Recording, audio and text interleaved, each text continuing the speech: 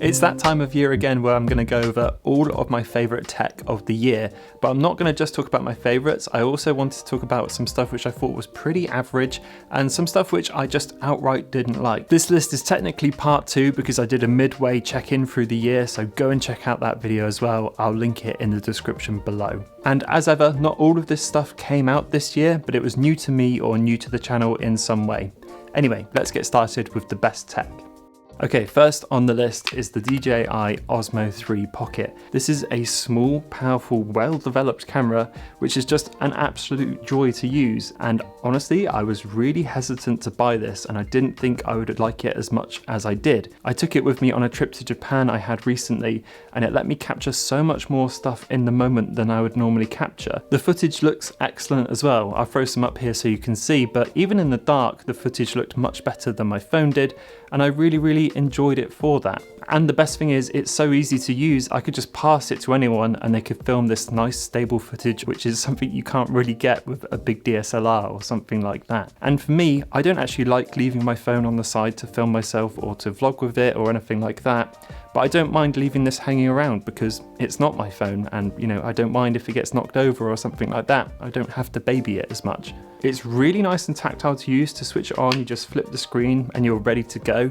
And you can also flip it again and then just go straight into vertical mode if you want to capture footage for Instagram or TikTok or anything like that. I actually picked up the Creator Edition, which gives you this nice little case, a wide angle lens, a wireless microphone, a battery extender and a tripod, and this neat little bag as well. So you've pretty much got absolutely everything you need to get started making content, and it all just snaps really neatly together. So it's the smallest little setup and the quality is just fantastic. So yeah, that was one of my top picks for this year. Absolutely excellent device.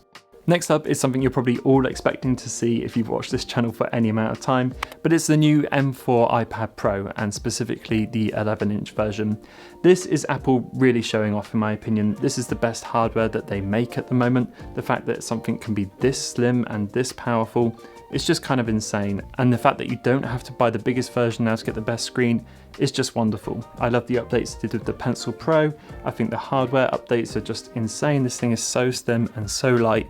It's just a joy to take around. I still think there's more that Apple can do with the software, especially with external monitor support and some other strange little niggles that the software seems to have.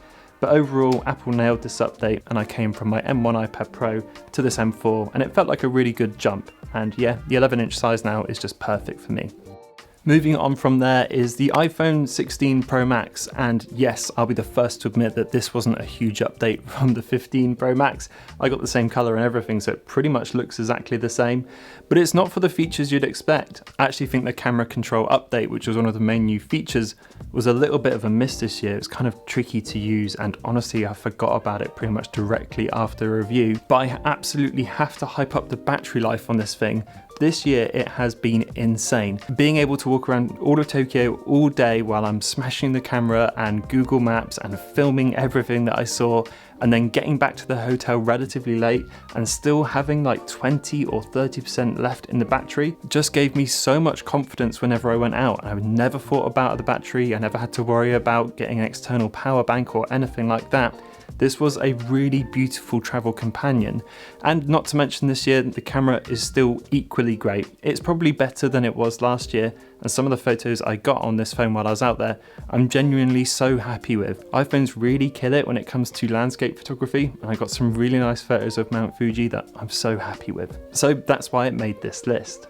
Next up is one of my newer inclusions, and that's video games. Earlier in the year, I was playing through Hades 2 on my Steam Deck, and I absolutely loved that. And I've recently been playing Animal Well on there as well, which has been great. But there's one game I really did want to highlight, and that's The Legend of Zelda: Echoes of Wisdom. This time you control Zelda instead of Link, and you have your own set of powers and moves which are completely different. And it's a really enjoyable way to play through a Zelda title. Look, I'm a huge Zelda fan, I was going to like this game anyway, but the art style is absolutely gorgeous. The music in this game as well was just fantastic, and I really enjoyed the story, and the entire ending sequence of this game I think was one of the funnest I've ever done in a Zelda game. So if you haven't played it, I do really recommend it. This game isn't free from problems though. I tend to find I was using the same echoes over and over again, but overall this was a wonderful little side adventure in the Zelda universe, and if you've got a Switch, I highly recommend playing it. Next up, I wanted to talk about a couple of watches I picked up this year which I really like, and watches are still tech, so they're going to be included in this video. Anyway, the first one which I'm really happy with, and I picked this up when I was out in Japan, is this one I'm wearing right now. This is from a brand called QO, and I really hope I'm saying their name right, but they had a shop in Kyoto, and the shop was unlike any other watch shop I've been in. You went in there and everything was just completely laid out, so you could pick any watch face and pick any strap and try them on your wrist and just have a really nice browse. I ended up going for the Old Smith 90009, which is based off old British military watches, and I really love how it looks. I'll speak a little bit more about this in my next video, so if that's already up, I'll link it below, but the experience really was wonderful. The second watch I picked up this year, and yes, it's obviously turning into some sort of problem with me now, but I actually got another Moon Swatch. Swatch put out some more models this year, and this Mission on Earth Desert one I just could not resist. I don't have a watch with this specific colorway, so this was a really nice addition to my collection. And look, I know there's a lot of hate out there for the Moon Swatch, and I totally get it. These are very much overpriced for what they are, but I really like the Moon Swatches. They help me get into the watch hobby as a whole, and they're a really nice entry point for someone like me. So for that reason, I still love them, and I really do like this piece too. Next up is the wonderfully surprising M4 Mac Mini. I love it when Apple pushes what's possible with their M series chips, and this is a clear show of that. It's unbelievably small. You really kind of have to hold it to feel that. It reminds me of a baby Mac Studio, and putting them next to each other is almost comical. Not to mention, you can also upgrade this to become a pretty powerful machine if you want to, but I think it kind of makes best sense in its base configuration, because once you start adding stuff, the price does start flying up quick. But I think the entry price is really decent. This is about £600 here in the UK, and it's a fully fledged Mac. You're getting the M4 chip in here, 16 gigabytes of RAM. You're still only getting 256 gigabytes of storage, which is probably the only miss. But otherwise, this is a crazy powerful introduction to using a Mac. And if it's your first Mac, I can't think of a better way to go. You can just slide it into your current PC setup and use the same monitor and keyboard and mouse and get started with Mac. To put it in perspective, this is cheaper than my first MacBook was back in 2006, and it's about 1,000,000 times better, which is just wild to think about. But yeah, a very cool new Mac that makes access to the Apple ecosystem cheaper than it's been for a long time. Okay, my last thing on my favorite tech of the year is something I'll have to grab, so bear with me, is this Tom DeLonge signature Fender Starcaster. I'm a huge Blink fan, there's no doubt about that, and when Fender put out this signature guitar earlier in the year, I knew I would just end up with one. And if you followed me on Instagram or YouTube for a while, you'll know that this colour is just synonymous with everything I do on the channel. So when I saw it come in this colour, I was like, oh no. And I've got to admit, I absolutely love the styling on this guitar. It's a bit strange because it's only got the one pickup in the bridge position, so it's kind of pretty much built for punk rock, which makes sense. But it's got this lovely roasted sort of neck, which is really nice. It's got the white accent knob, which looks great, and it's got the lovely white binding throughout the whole thing. And also, to really finish it off, it's got Tom written on the back, obviously because it's the Tom DeLonge signature, but the fact it's also my name as well just kind of made this an absolute purchase for me that I couldn't resist. And yeah, you can get a much better guitar for the money. I wrestled with that for a long time before picking this up eventually. But this one has been beautiful, and it's really filled a nice gap in our studio. Even though I am a bassist, this has still been lovely to pick up and play, and I better play something now to prove that I actually can. Let's move to the honourable mentions, because there were two things I wanted to talk about, and they're both budget devices which I think were awesome. First up is the CMF-1 phone from Nothing. This phone introduced not only a really crazy low price, but it really brought back customization to kind of phones in general. You can swap this backplate out for pretty much any other color that you can imagine. You can undo this button here to attach things like a lanyard or a stand or like a wallet which sits on the back. And they also released the 3D printer kind of designs for it, and people came up with loads of weird stuff like a fan that you can use and like a measuring tape and pretty much anything you can imagine.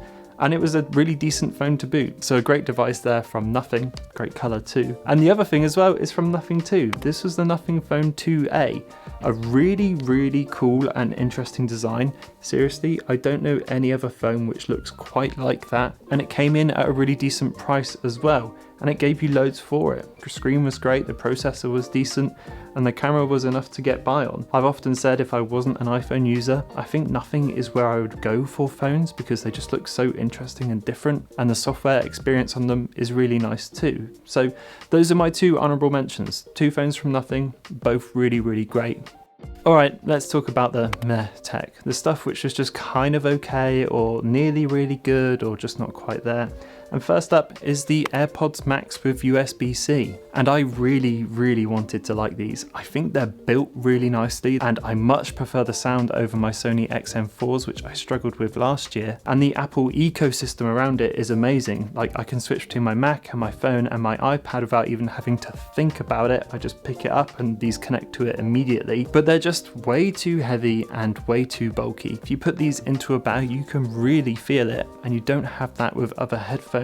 I took these with me on the 15-hour flight to Japan and another trip which I took to Germany, and while the noise cancellation on the plane is fantastic, they just don't fold in any meaningful way, and also the carrying case is just kind of a bit weird. Here in the studio though, they're actually really nice to use, especially if you're a Mac user, because there's next to no latency on them, so I can edit videos with these on, and it's wonderful. But I feel like Apple could have done so much more of these. This was the first update to AirPods Max in 4 years, and all they did was kind of put USB-C on them, and that was it. 9 times out of 10 when I've taken these with me, I just feel like I should have just taken my AirPods Pro and put them in my pocket rather than like these around. Okay, next up on the list is the iPad Mini 7. This is actually the iPad Mini 6 because I didn't end up picking up a Mini 7, and that's kind of why it's in this category.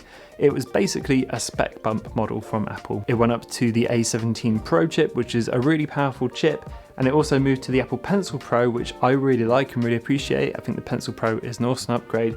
But otherwise, that was kind of it for the iPad Mini. There wasn't any other changes. It was more just an update to make sure Apple Intelligence works on it, which is great, don't get me wrong, but I feel like they just did enough to keep this one alive. And I think that brings me to the main point about the Mini is I actually think we're lucky to even have this device anymore. And I'm glad it hasn't gone the way of the iPhone Mini yet and just been completely axed, or at least not yet. But it basically means that this update is going to keep it going for another 2, 3 or 4 years or something like that before it either gets replaced with something or it just gets completely cancelled. So yeah, that's why it's on this list. It was just a kind of okay update, and otherwise it was pretty much exactly the same. Lastly, in the meh category for me, is the Steam Deck OLED. I bought this late last year, so I couldn't include it in any of those kind of videos at all. And to be honest, this has been sitting in my bad tech for the year for a while. And very quickly, one of the reasons I don't like it is I find the battery life just really poor on this OLED version. At least I seem to get about 2.5 to 3 hours of playtime before it jumps out. And that translates to the standby as well. I can put this on standby with like full charge, and then 2 or 3 days later, it's completely gone. The other thing which I didn't particularly like either were the placements of the buttons, especially the A, B, X, Y. They feel like they're kind of falling off the console. I'm also not a person that uses the touchpads at all on any of the games I'm playing, so that bit of the console, at least for me, just felt like kind of misused space. But my view has softened because it's introduced me to some fantastic games. Hades 2 on here was a big one for me, and I absolutely loved that. And I've recently been playing Animal Well on here too, and this big OLED to play things on is just wonderful. And finally, why my view really has softened on it is because so many people have been reintroduced to gaming through the Steam Deck. People that didn't have time before or used to love playing PC games or something like that have been able to pick this up and be reintroduced to the joys of gaming. And you know, how can I be down on that? That's a fantastic thing. So yeah, the Steam Deck probably just wasn't the console for me, but I think I really like what it represents, and I think the future of this sort of console is going to be awesome.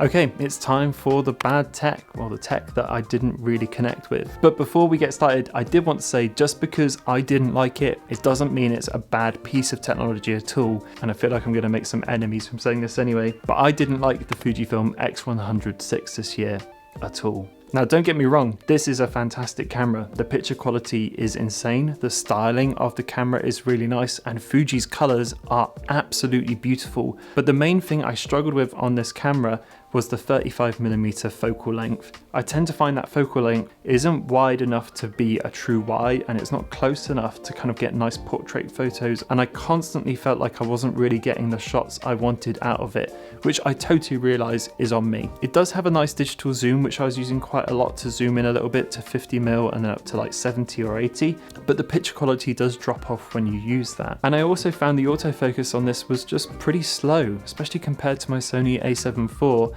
I was just missing shots here and there because it wasn't getting enough time to quickly focus on what I wanted it to focus on. Now I did get some bangers with this, some which I'm really happy with, and I much preferred carrying this around with me. I just had it in a bag, or I was holding it, and it drew loads of attention as well. So many people asked me about this when I was out there.